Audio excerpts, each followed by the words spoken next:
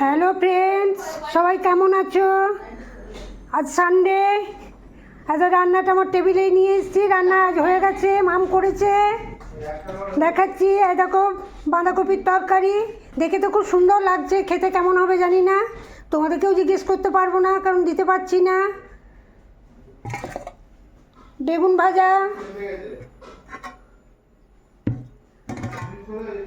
আর এটা মটরশুঁটি, আলু, টমেটো সব দিয়ে একটা ডাল হয়েছে, মুসুর ডাল।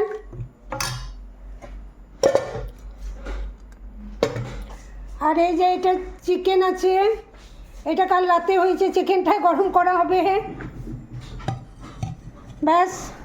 আর শাক ভাজাটা হচ্ছে, আর এই যে শাক ভাজাটা হচ্ছে, ভাপ উঠছে, দেখতে পাচ্ছ না মনে হয়, ঢাকা দিয়েছিল, ঢাকা খোলার পরই ভাপ খুব উঠছে।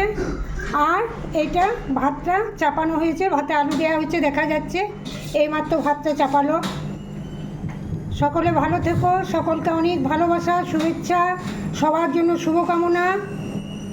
আবার কালকে আসবো রান্নাঘরে।